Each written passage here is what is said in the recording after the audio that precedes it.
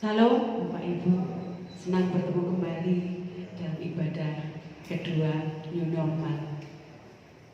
Apa kabarnya? Pastinya masih keadaan sehat, bukan? Puji nama Tuhan, haleluya. Sebelum ibadah kita mulai, mari kita satukan hati kita di dalam doa. Selamat pagi Bapak yang ada di kerajaan surga. Terima kasih Tuhan sudah izinkan kami berkumpul kembali di tempat ini. Dengan keadaan kami, dengan kesehatan yang luar biasa yang Kau berikan setiap kami Tuhan. Kami datang Tuhan dengan ucapan syukur kami Tuhan. Dan terima kasih karena sampai saat ini Tuhan kami masih ada. Itu semua karena kemurahan-Mu Tuhan yang Kau senantiasa Kau berikan pada setiap kami. Terima kasih Tuhan akan kebaikan-Mu dan kasih setia-Mu Tuhan.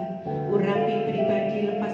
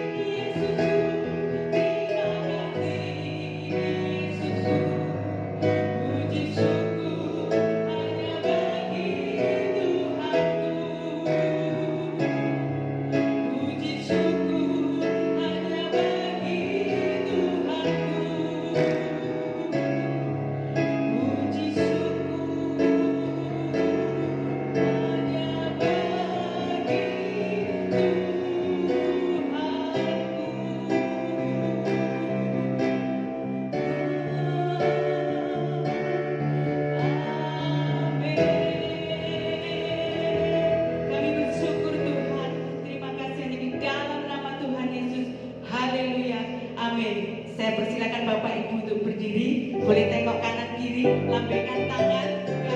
Mari kita bersukaria karena hari ini kita boleh berkumpul dengan keadaan yang sehat. Terima kasih Tuhan.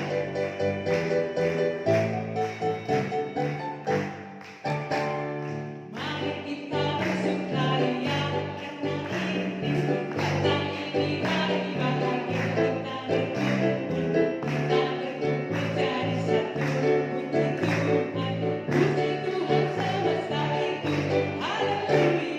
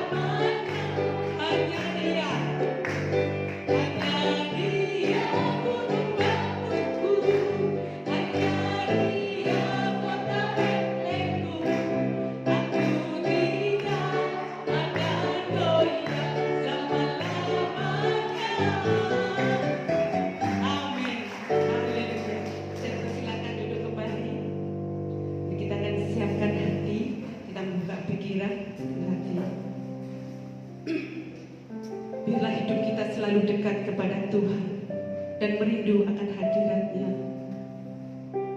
Seperti pujian ini mengatakan, hanya dekat dengan Allah kita merasa tenang dan hidup kita damai sejahtera. Terima kasih Tuhan. Kami ingin selalu bersekutu Tuhan. Biarlah kami tempat ini menikmati hadirat-Mu Tuhan Yesus. Terima kasih Tuhan.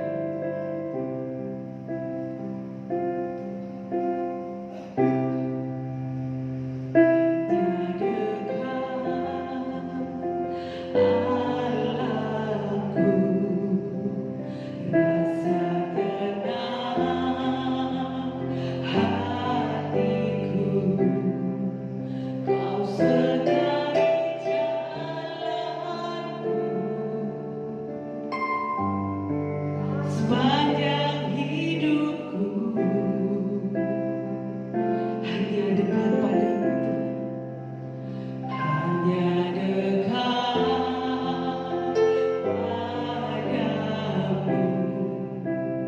Ada kekuatan baru, Kaulah perlindunganku. Keselamatanku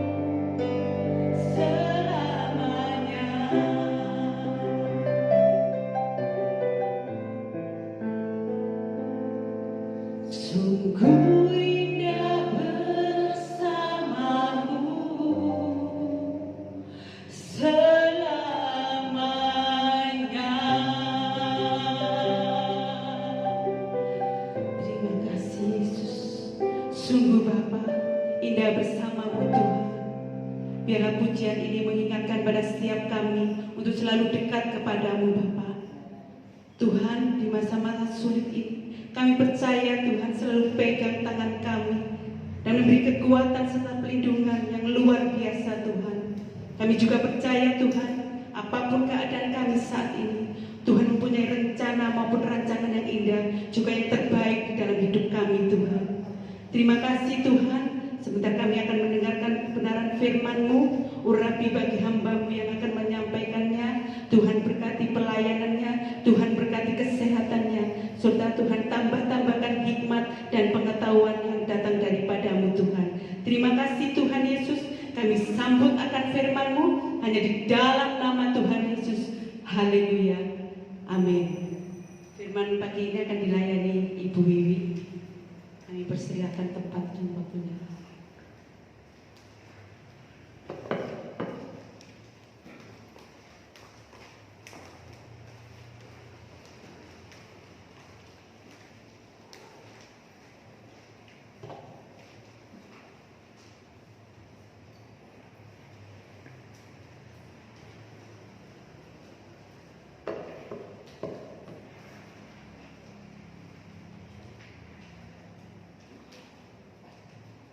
Shalom.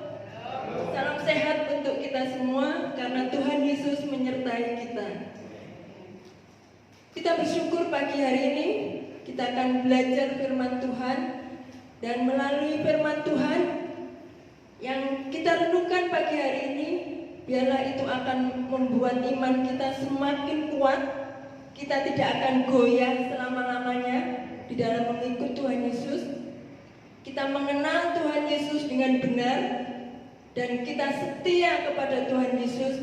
Kita hidup untuk Tuhan Yesus. Firman Tuhan akan kita pelajari dan kita baca di dalam kitab Injil Yohanes pasal 1 ayat 17 sampai 28, dan akan diperkuat dengan Ibrani 7 ayat 25. Saya akan membacakannya sebagian saja di dalam fokus utamanya, yaitu di dalam Yohanes pasal 1 ayat 17 dan 18. Demikian bunyi firman Tuhan. Sebab hukum Taurat diberikan oleh Musa, tetapi kasih karunia dan kebenaran datang oleh Yesus Kristus. Tidak seorang pun yang pernah melihat Allah, tetapi anak tunggal Allah yang ada di pangkuan Bapa, dialah yang menyatakannya. Kemudian di dalam Ibrani 7 ayat 25, karena itu ia sanggup juga menyelamatkan dengan sempurna semua orang yang oleh dia datang kepada Allah, sebab ia hidup senantiasa untuk menjadi pengantara mereka. Amin. Bapak Ibu Saudara yang dikasihi Tuhan, kita tahu bahwa manusia pertama, yaitu Adam dan Hawa, itu adalah awal mula kejatuhan manusia. Awal mula dosa ada di dalam kehidupan manusia. Dosa pertama ini mengakibatkan kerusakan total dari natur manusia.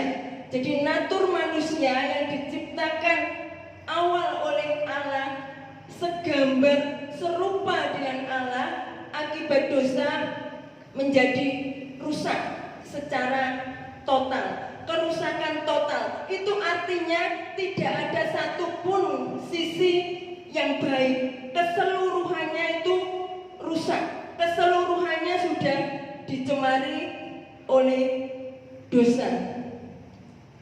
Di dalam Kejadian 6 ayat 5, kemudian Roma 7 ayat 18, di sana dijelaskan bahwa di dalam manusia tidak ada yang baik.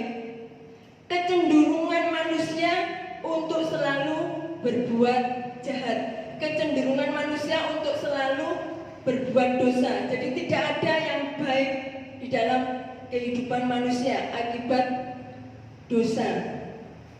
Dosa ialah pelanggaran terhadap hukum Allah. Hukum Allah, peraturan-peraturan Allah yang sudah dibuat oleh Allah untuk kehidupan manusia secara sempurna itu sudah dilanggar akibat dosa.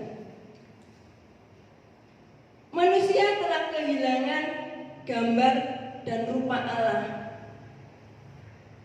karena dosa. Manusia yang diciptakan tadi segambar dan serupa Allah, akibat dosa manusia jadi kehilangan gambar dan rupa Allah. Manusia terputus dari sumber berkat, dari sumber hidup, yaitu Allah Sang Pencipta. Akibat dosa tidak ada lagi hubungan, terputus karena Allah yang kudus dan manusia yang berdosa, sehingga tidak lagi dapat berdekatan. Jadi manusia terputus dari sumber hidup itu, dan manusia juga terputus dari sumber berkat, dan hasilnya adalah kematian rohani. Di dalam Roma 6 ayat 23 di sana dikatakan bahwa upah dosa ialah maut. Karena dosa merupakan perbuatan pelanggaran yang menentang hukum Allah, menentang pribadi Allah, maka Allah tidak dapat membiarkan dosa. Kalau kita belajar di dalam Perjanjian Lama, akibat dosa pelanggaran yang dilakukan oleh bangsa Israel, Allah selalu menunjukkan murkanya karena bangsa Israel menentang Allah. Tetapi kita bersyukur Allah tidak membiarkan dosa, dan di dalam Alkitab firman Tuhan yang menjadi inti berita, menjadi misi besar dari Allah itu adalah penyelamatan. Rencana Allah menyelamatkan manusia yang berpusat pada Tuhan Yesus, Sang Juru Selamat manusia. Satu ayat yang kita hafal di dalam Yohanes 3 ayat 16, karena begitu besar kasih Allah akan dunia ini, maka Dia mengaruniakan anaknya yang tunggal, yaitu Tuhan Yesus Kristus, supaya orang yang percaya kepadanya tidak binasa, melainkan beroleh hidup yang kekal. Bapak Ibu Saudara yang dikasihi Tuhan, seperti tema firman Tuhan pagi ini, penyelamat orang percaya. Dan kita sudah tahu pasti Tuhan Yesus penyelamat. Tetapi belum tentu kita mengenal dengan benar Sang Penyelamat itu sendiri. Siapakah penyelamat itu? Kalau kita berbicara di kalangan umum, banyak pendapat mengenai siapakah Yesus itu. Kalau kita berkumpul, kemudian kita berbicara mengenai tokoh-tokoh agama atau pemimpin agama ataupun nabi, kita berbicara tentang Buddha, kita berbicara tentang Muhammad, kita berbicara tentang Konfusius, maka orang menganggap itu biasa, tidak ada yang aneh. Tapi coba ketika kita berbicara atau menyebut Yesus, maka akan terlihat satu perubahan pada orang-orang di sekitar kita. Akan melihat satu keanehan kalau mendengar nama Yesus. Mengapa Tuhan Yesus, jikalau dikatakan sebagai pemimpin agama atau sebagai nabi, itu berbeda dengan pemimpin agama atau nabi-nabi yang kita kenal? keberadaan Tuhan Yesus banyak sekali menimbulkan pertentangan. Baik ketika Tuhan Yesus hidup di dunia ini dalam naturnya sebagai manusia, kalau kita membaca di dalam Alkitab, banyak sekali pertentangan yang ditujukan kepada Tuhan Yesus, dan itu juga terjadi sampai sekarang. Banyak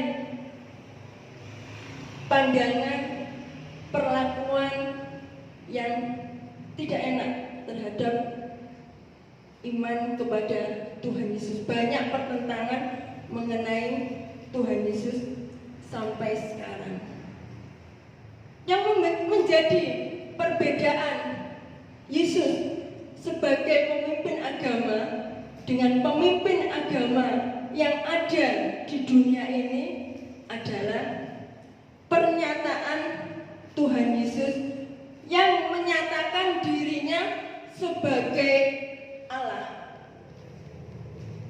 Saudara tidak akan pernah mendengar, tidak akan pernah tahu kalau saudara belajar atau membaca banyak buku, saudara tidak akan pernah menemukan ada satu tokoh agama, pemimpin agama atau nabi yang mengatakan dirinya sebagai Allah. Satu-satunya nabi, satu-satunya pemimpin agama yang menyatakan dirinya sebagai Allah itu adalah Tuhan Yesus Kristus. Ingat, hanya Yesus satu-satunya yang menyatakan dirinya sebagai Allah. Inilah yang menimbulkan pertentangan di antara banyak orang pada waktu zaman itu ketika Tuhan Yesus hidup di bumi, juga sampai sekarang. Karena pernyataan Tuhan Yesus itu dapat disejajarkan dengan pernyataan Tuhan di dalam Perjanjian Lama, pernyataan Yahweh di dalam Perjanjian Lama. Di dalam Keluaran pasal 3 ayat 14, ketika Allah Tuhan mengutus Musa, Musa bertanya kepada Tuhan, saya akan memberikan keterangan kepada orang-orang banyak siapa yang mengutus saya. Kemudian Tuhan menjawab, katakan yang mengutus kamu Musa, aku adalah aku. Itu perkataan Tuhan di dalam Perjanjian Lama. Dan di dalam Perjanjian Baru, Yohanes, penulis Injil Yohanes, yaitu anak Zebedius, murid yang dikasihi Tuhan Yesus, yang dikatakan paling dikasihi Tuhan Yesus, itu juga menyatakan atau menulis banyak perkataan-perkataan, ungkapan-ungkapan Tuhan Yesus yang mengatakan aku adalah aku. Jadi sama dengan apa yang dikatakan Tuhan di dalam Perjanjian Lama. Aku adalah aku. Itu kata-kata Tuhan Yesus di dalam Injil Yohanes. Tuhan Yesus menyatakan dirinya, aku adalah aku. Tidak ada satupun nabi, pemimpin agama yang mengatakan aku adalah aku. Semua menyebut nama.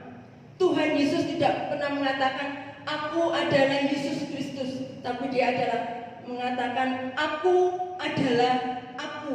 Karena memang Yesus adalah Allah itu sendiri. Di dalam bahasa Yunani-nya dikatakan ego eimi. Bapak Ibu Saudara yang dikasihi Tuhan, pernyataan Tuhan Yesus itu yang menyatakan kealahannya Ini membuktikan bahwa Yesus yang kita percaya, yang kita sembah itu benar-benar Allah, benar-benar Tuhan. Tidak dapat diragukan lagi. Dan saya bersyukur kepada Tuhan, saya boleh menggali kebenaran ini, pernyataan bahwa Yesus adalah Allah melalui skripsi yang saya buat. Dan ini membuat saya semakin saya menggali, mencari tahu, itu membuat saya semakin mencintai Tuhan Yesus dan semakin mantap untuk percaya kepada Tuhan Yesus dan hidup bagi Tuhan Yesus. Tuhan Yesus menyatakan dirinya dialah satu-satunya pengampunan dosa, satu-satunya jalan menuju keselamatan. Tidak ada satupun nabi yang mengatakan dirinya melalui dia ada pengampunan dosa dan dialah satu-satunya jalan keselamatan. Hanya Tuhan Yesus yang menyatakan bahwa dirinya adalah satu-satunya jalan keselamatan. Di dalam Injil Yohanes juga disebutkan keunggulan-keunggulan Tuhan Yesus. Di tengah-tengah kebanyakan orang menolak Allah, firman yaitu Logos itu menembus batas. Ia menembus batas keberadaan. Allah yang berada di surga menjadi manusia. Allah pencipta mengambil wujud ciptaannya. Itu berarti menembus batas keberadaannya. Kemudian Yesus juga menembus batas kesucian. Allah yang suci diam di tengah-tengah dunia yang berdosa. Tuhan Yesus berinteraksi, berhubungan dengan manusia berdosa. Bahkan kita manusia berdosa, tetapi Yesus mau diam di dalam kita, berinteraksi dengan manusia berdosa. Yesus yang suci mau berhubungan dengan manusia yang berdosa. Itu artinya Yesus sudah menembus batas kesucian. Kemudian Tuhan Yesus juga menembus batas akal manusia. Allah yang tidak terbatas dalam wujud yang terbatas. Ketika Yesus hidup di dunia sebagai manusia 100%, itu dia menempatkan dirinya dalam wujud yang terbatas, padahal dia adalah Allah yang tidak terbatas. Kemudian Yesus juga menembus batas kewajaran. Allah yang seharusnya menerima permohonan dari manusia berdosa, seharusnya manusia minta ampun kepada Tuhan karena dia berdosa. Justru Allah yang proaktif, Allah yang berinisiatif untuk menyediakan pengampunan bagi orang berdosa. Itu ada dalam ayat-ayat Injil Yohanes pasal 1. Allah juga menembus batas penolakan manusia. Manusia yang sudah menolak Tuhan, tetapi Allah memberikan anugerah lahir baru, sehingga orang yang menerima firman dapat melihat kemuliaan Allah. Kemudian Injil Yohanes juga menyebutkan perbandingan Musa dengan Yesus. Perbandingan Musa dengan Yesus terletak pada jalan mendekati Allah. Kalau Musa mendekati Allah melalui jalan harus mentaati hukum Taurat, tetapi Yesus mendekati Allah di dalam kasih karunia dan kebenaran. Kita dapat mendekati Allah di dalam Yesus Kristus, di dalam Tuhan Yesus, di dalam kasih karunia dan kebenaran. Kalau hukum Taurat mengatakan bahwa Allah itu terlalu kudus untuk didekati secara langsung, sehingga umatnya tidak dapat mendekati Allah secara langsung, tetapi harus memberikan persembahan, harus melewati imam, kita dapat mendekati Allah secara langsung karena Tuhan Yesus yang menyatakan Allah, karena Yesus itu sendiri adalah Allah. Jadi hukum Taurat tidak membawa umat Allah pada kesempurnaan pengampunan dosa secara tuntas. Hanya Tuhan Yesus Kristus yang dapat membawa manusia pada keselamatan. Hanya Yesus yang menjadi imam yang kekal. Karena itu kita perlu juga belajar dari perjanjian lama untuk kita mengerti betapa seriusnya dosa, dan kita tidak bermain-main dengan dosa, dan kita datang kepada Sang Penyelamat itu sendiri. Kemudian penyelamatan itu diberikan kepada siapa? Yaitu kepada orang percaya. Orang percaya adalah orang-orang yang menerima Kristus sebagaimana Kristus menyatakan dirinya sendiri kepada manusia. Pernyataan Yesus sendiri tentang dirinya kepada manusia, itu yang membuat kita percaya kepada Yesus. Karena itu orang percaya mempunyai tugas untuk menyatakan kebenaran Kristus di dalam kehidupannya. Dalam 1 Petrus 2 ayat 9 di sana juga dikatakan bahwa orang percaya hidup di dalam kebenaran. Kemudian orang percaya juga harus menyatakan siapa Yesus menurut Yesus sendiri. Jadi orang percaya ketika ditanya siapa Yesus yang kamu sembah, siapa Yesus Tuhanmu, harus bisa menjelaskan, harus mengatakan sesuai apa yang Yesus katakan tentang dirinya, sesuai dengan kebenaran. Itulah perlunya setiap kita mengenal Tuhan Yesus dengan benar, mengenal siapa Yesus dengan benar. Kemudian orang percaya juga harus memberitahukan bahwa Yesus adalah satu-satunya jalan keselamatan. Untuk itu orang percaya harus yakin dulu bahwa Yesus satu-satunya jalan keselamatan. Yesus adalah juru selamat pribadinya. Bagaimana kita bisa memberitahu orang lain kalau Yesus adalah satu-satunya jalan keselamatan kalau diri kita sendiri tidak yakin bahwa Yesus adalah juru selamat kita, satu-satunya jalan keselamatan. Tuhan Yesus menjadi pengantara kita dengan Allah, dan itu sudah dilakukannya di kayu salib. Tuhan Yesus lakukan itu satu kali untuk selamanya. Tuhan Yesus disalib satu kali untuk selamanya, menjadi pengantara bagi orang-orang yang menerima Tuhan Yesus. Bapak Ibu Saudara yang dikasihi Tuhan, kemudian apa bukti karya keselamatan Kristus itu sudah berlaku di dalam kehidupan orang percaya?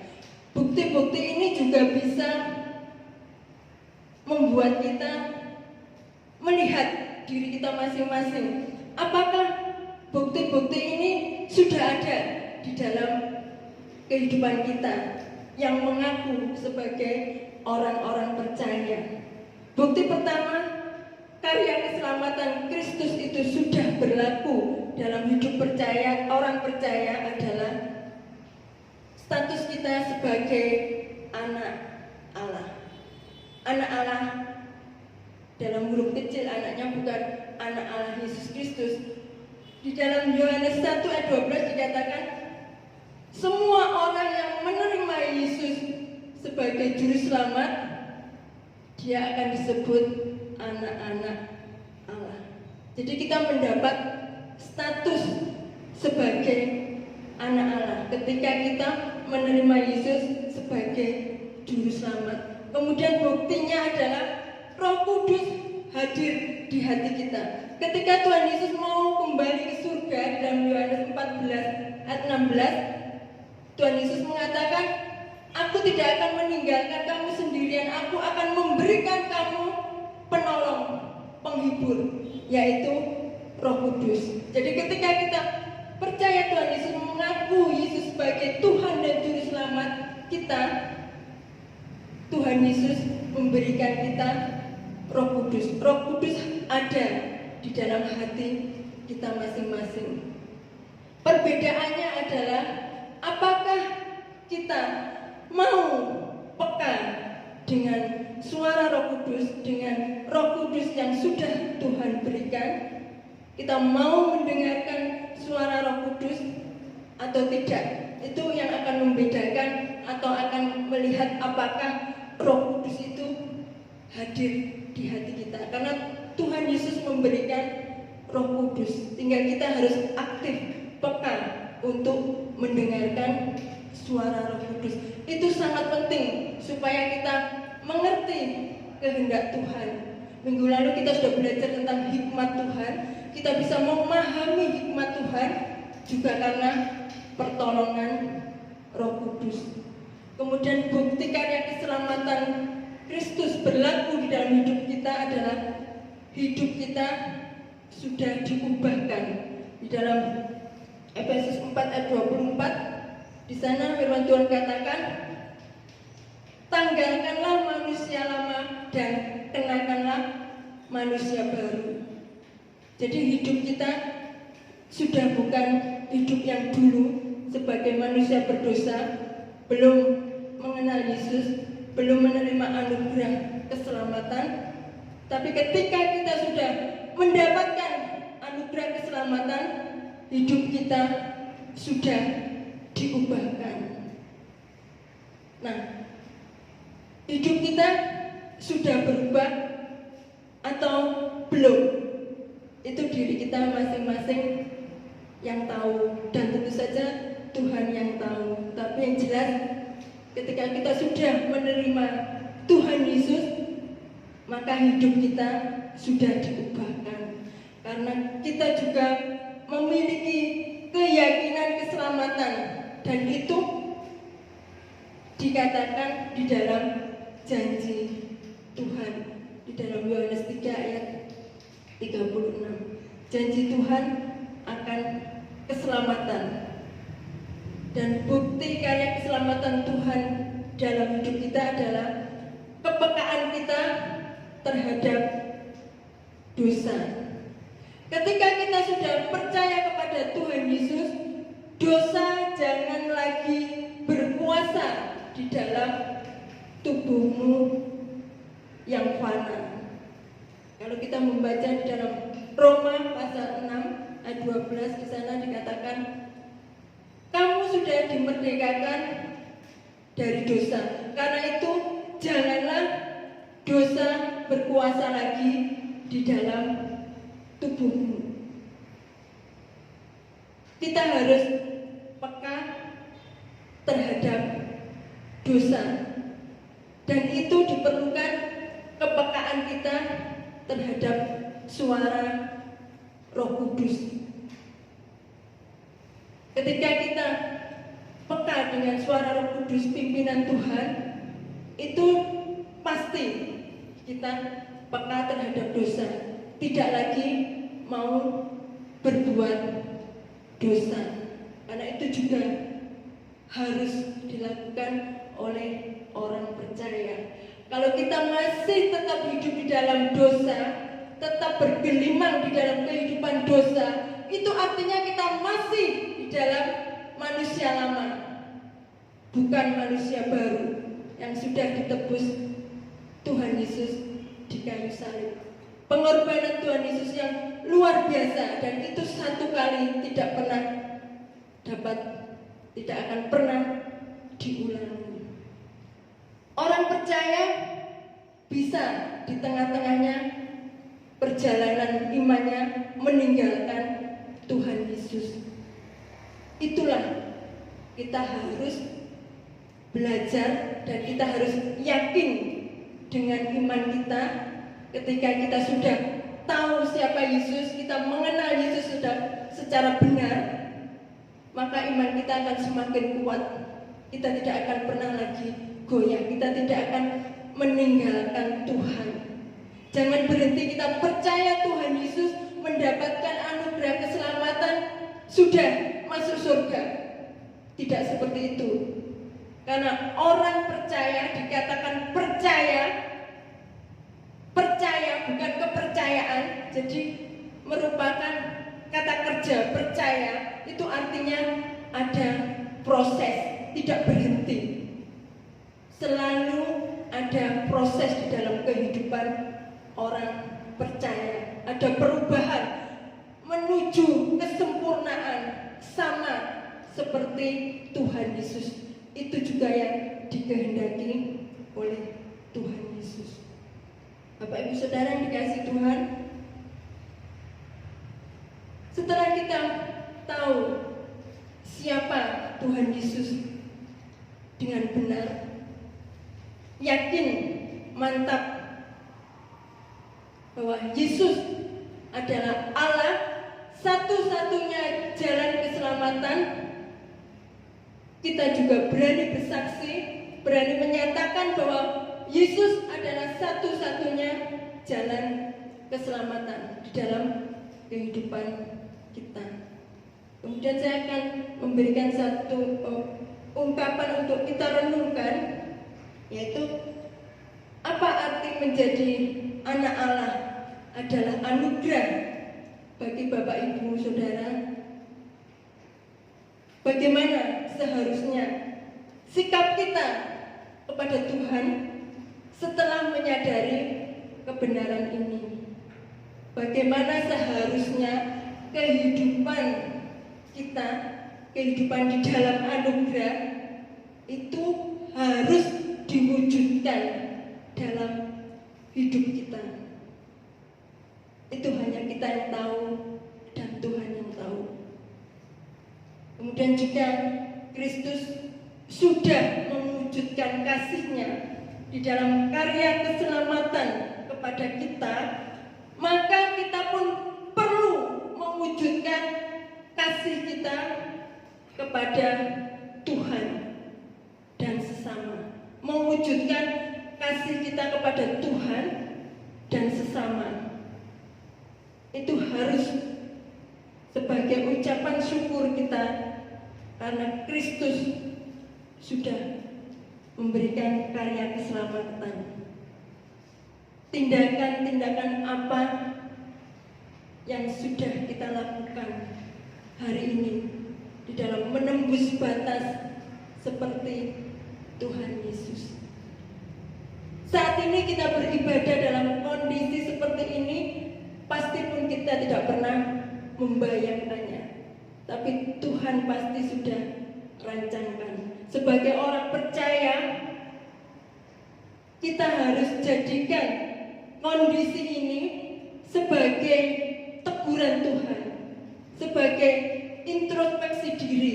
Apakah kehidupan kita selama ini sudah mengutamakan Tuhan, atau kita hanya mementingkan diri kita sendiri, mengutamakan kebutuhan kita sendiri, mencari nafkah, mencari uang, mengumpulkan materi dengan melupakan Tuhan, meninggalkan jam-jam ibadah, tidak menguduskan hari Sabat.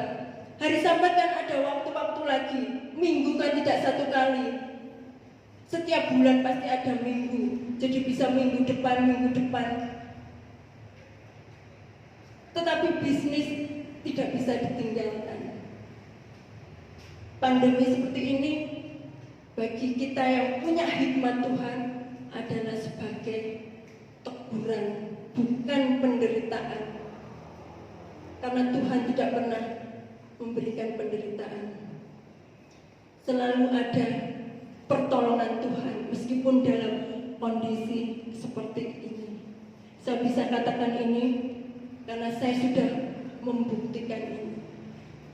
Meskipun pandemi ini berimbas pada seluruh segi, terutama ekonomi, pekerjaan, tetapi kita bisa melihat, kalau kita dekat dengan Tuhan, kita bisa melihat luar biasanya pertolongan Tuhan di dalam kondisi sesulit ini bagi kita orang-orang yang mengasihi Tuhan.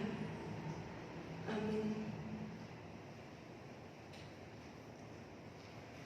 Saya akan serahkan waktu kepada Bapak Gembala.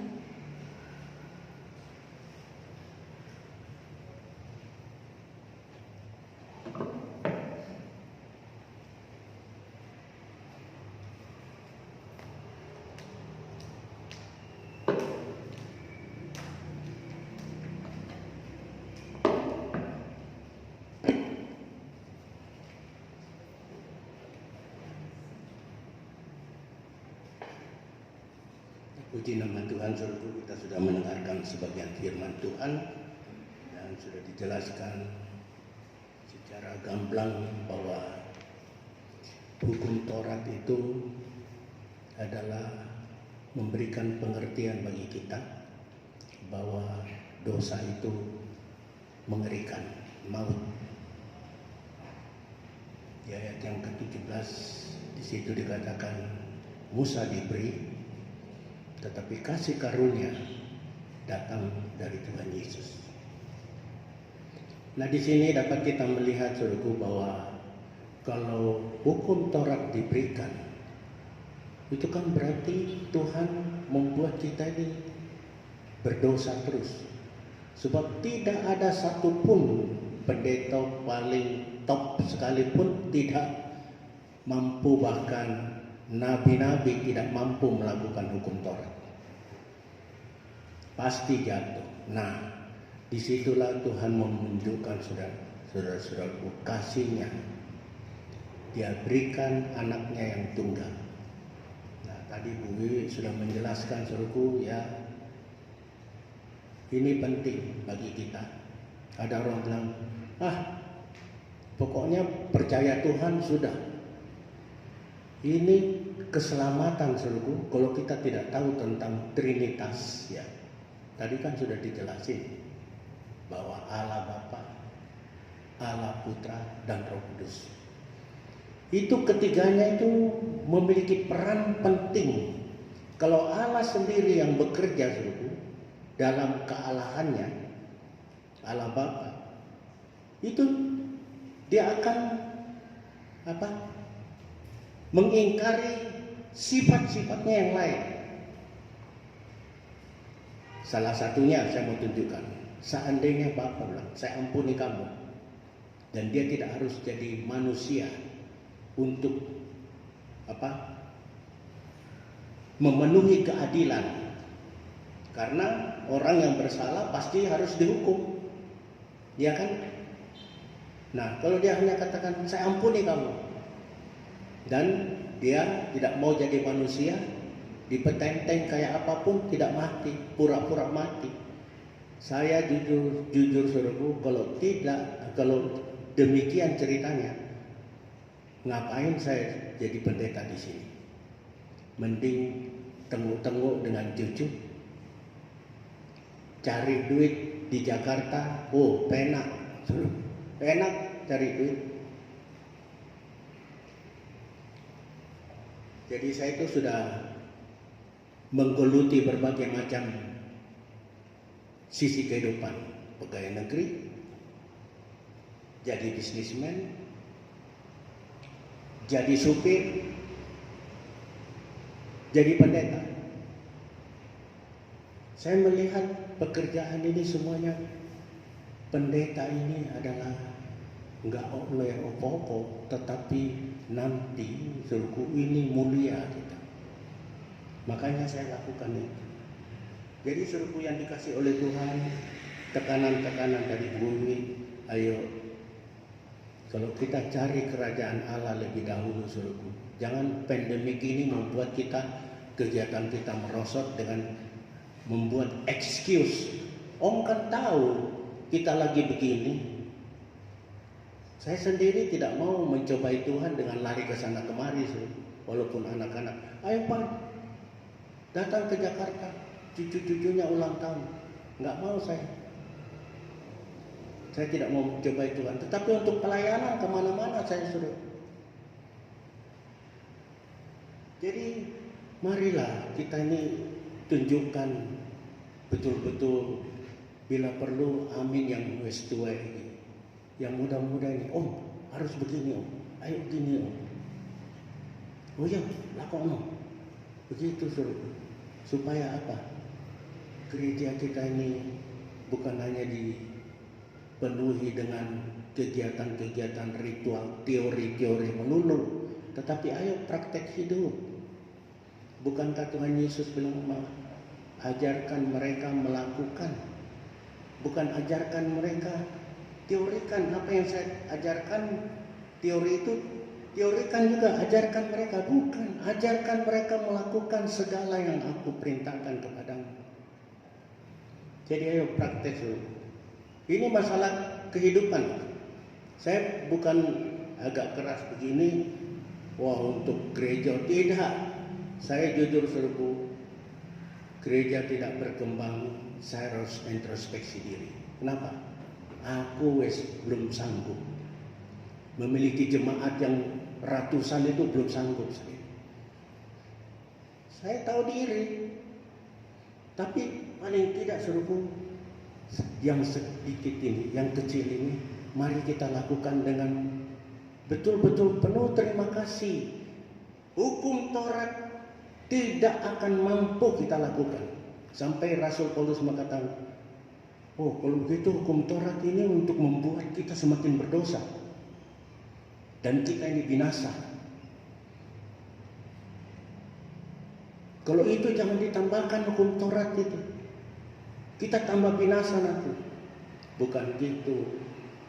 Oleh kasih karunia ini Tuhan turun menebus saudara dan saya.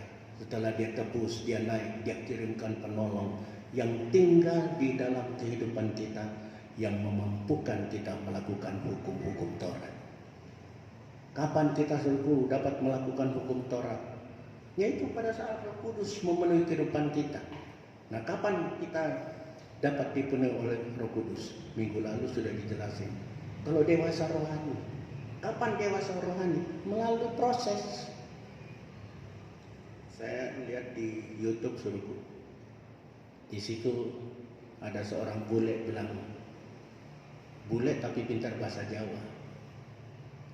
Dia bilang, aku ini umurku telu. Loh, kamu itu kok iso? Iya, aku lahir secara kronologis 40 tahun. Tapi perilakuku 17 tahun. Delok raiku 30 tahun. Nah, suruhku, kita dapat melihat kita ini dewasa belum tentu. Kita ini bisa umur sudah tua, tetapi kedewasaan belum tentu ada. Tua pasti, tapi dewasa dituntut pilihan. Mau nggak kita, suruhku, yang aturan Taurat ini harus untuk memperoleh keselamatan.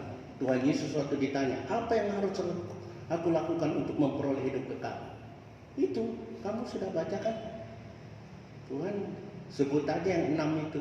Nggak usah ngomong tentang Tuhan dulu yang nggak kelihatan deh. Sesama ini loh. Oh, dari muda saya sudah lakukan itu. Ya, oke. Kalau sudah lakukan 6 itu, kalau diperas suruhku apa? Kalau 4, yang pertama diperas itu kasihilah kepada Allah dengan segenap jiwamu, dengan segenap akal budimu, dengan segenap kekuatanmu. Yang 6, diperas, kasihilah sesamamu sama seperti yang kau mengasihi dirimu. Benar nggak? Kamu katanya dari muda, jual seluruh hartamu, berikan. Bukti bahwa kita itu mengasihi, pasti care, pasti peduli. Apalagi kaya, duwe kesugihan, bagi-bagi dong. Kalau kamu sudah mengatakan dari muda kamu lakukan, coba aku melihat, nggak mampu kan? Nah, kita seringkali kalau tidak punya hikmat, tidak mengerti. Dan kalau pendeta ngomong, isoai ngomong. Standar keselamatan itu tidak berlaku untuk pendeta harus begini, jemaat harus begini, podo suruh. Ya. Jadi kita mari sama-sama maju di dalam Tuhan. Dalam kondisi seperti ini, kalau ada hal-hal yang penting demi kemajuan pekerjaan Tuhan, mari datang ke gereja. Ojo pakai surat-suratan di medsos, itu tidak baik. Datang ngomong sama saya ini bukan orang pintar ya, membutuhkan masukan. Tapi kalau jemaat tidak ada satupun yang memikirkan, ayo bagaimana perkembangan Tuhan di tempat ini kita lakukan, ayo. Berarti apa yang dikatakan Bu Yusri, ya doa pagi. Pelayan-pelayan Tuhan seharusnya ayo dong doa pagi. Yang doa pagi itu ada 10, tidak ada yang kena corona kok. Alasan corona kok, nggak ada yang kena kok. Ayo pelayan-pelayan Tuhan, ini waktu-waktu terakhir. Ojo sampai nyesel. Penyesalan terakhir tidak ada gunanya. Ya, lebih baik menyesal saat ini, berubah sama seperti anak bungsu itu. Dia sadar, di rumah bapakku banyak pekerja, banyak makanan. Iki panganan bahagia nggak oleh aku mangan. Sadar, saudara kejepit dengan ekonomi. Bu Bibi juga bukan orang-orang kaya amat, tetapi dipelihara oleh Tuhan. Saya juga begitu, suruh. Anak-anak juga ekonominya lagi merosot loh. Apalagi di Jakarta tidak boleh ditutup. Mereka tetap, puji Tuhan, tetap ada kegiatan dengan karyawan tidak boleh bawa motor supaya pada saat Satpol PP atau gugus tugas keliling memeriksa kantor-kantor, mereka juga tidak tahu bahwa ada di dalam kegiatan.